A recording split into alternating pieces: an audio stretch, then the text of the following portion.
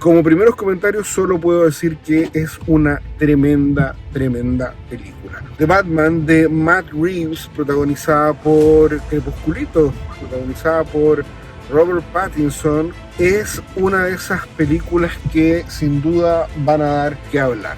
Y al menos para la fanaticada, para los fans de Batman, este es un Batman que podemos reconocer principalmente de los cómics, pero es un Batman relativamente nuevo en el mundo de las películas, al menos no es un Batman que hayamos visto en las películas. Ahora me encuentro en camino a la Publicueva para poder dar una reseña un poco más calmado, pero necesitaba comentar en un primer momento lo que fue la experiencia de estas 2 horas y 55 minutos de película. The Batman de Matt Reeves, peliculón. Se enciende la publicidad.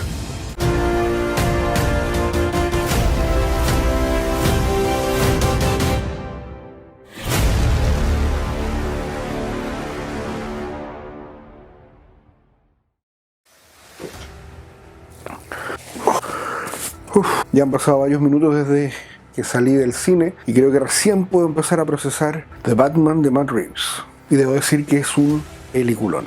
Por donde se lo mire, ambientación, música, historia, actuaciones, etc. Y partamos por eso, por las actuaciones. Pero voy a partir por un protagonista que ha estado en todas las películas de Batman, pero que uno siempre lo deja como un secundario. Es un personaje principal. Y estoy hablando de Ciudad Gótica. La Ciudad Gótica que nos muestra Matt Reeves es una Ciudad Gótica distinta a todas las que hemos visto hasta ahora. Está alejada de esa ecléctica y rarísima Ciudad Gótica de Tim Burton, pero también es muy distinta a la hiperrealista mezcla entre Nueva York y Chicago que nos presentaba Christopher Nolan en la trilogía del Caballero Oscuro. Ciudad Gótica de Matt Reeves es una ciudad claramente distópica, es una metrópoli gigantesca, oscura, en la que parece que nunca deja de llover y por lo tanto los ánimos están muy bajos permanentemente. Es una ciudad que demuestra su calidad de gótica, no solo en los edificios, sino que también en el cómo te hace sentir. Y ese cómo te hace sentir es permanente durante toda la película. En cada rincón que vemos de la ciudad no solo es grande, no solo es épico, pero también es distópico, oscuro y corrupto. ¿Y qué tal el Crepusculito? Bueno, Robert Pattinson nos cerró la boca a muchos y eso ya lo veíamos venir desde los trailers. Pattinson entrega una actuación que es verdaderamente espectacular. No solo como Batman, sino que también como Bruce Wayne. Un Bruce Wayne también distinto a todo lo que hemos visto antes.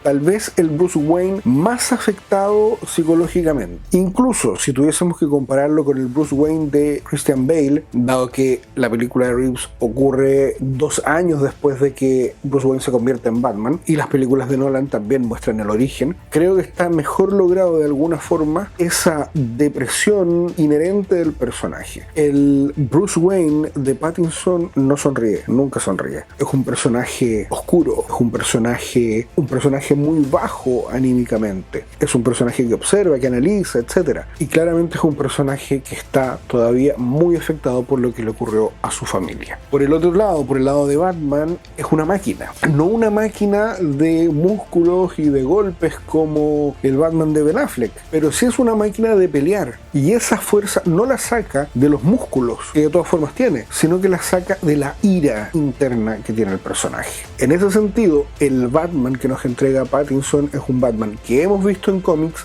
pero que hasta ahora no habíamos visto en el cine. Los otros personajes también están muy bien interpretados. Catwoman o Selina Kyle, interpretada por Zoe Kravitz, es espectacular, tal vez la Gatúbela más fiel a los cómics de Batman. Sus escenas de pelea son francamente increíbles y es un gran complemento para el Batman de Pattinson. Carmine Falcone, interpretado por John Turturro, es el mejor jefe de la mafia que hemos visto hasta ahora en las películas de Batman, por lejos. Jeffrey Wright, como el Teniente Gordon, aún no es comisionado, es el perfecto partner de Batman. Y en esta película tienen una dualidad muy interesante.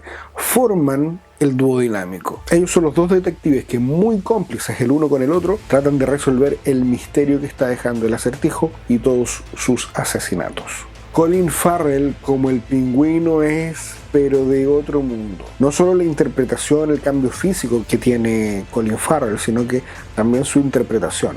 Es un pingüino muy comiquero, alejado totalmente de la interpretación que tuvo Danny DeVito en 1992, y es un personaje tremendamente interesante como para profundizar en una potencial secuela.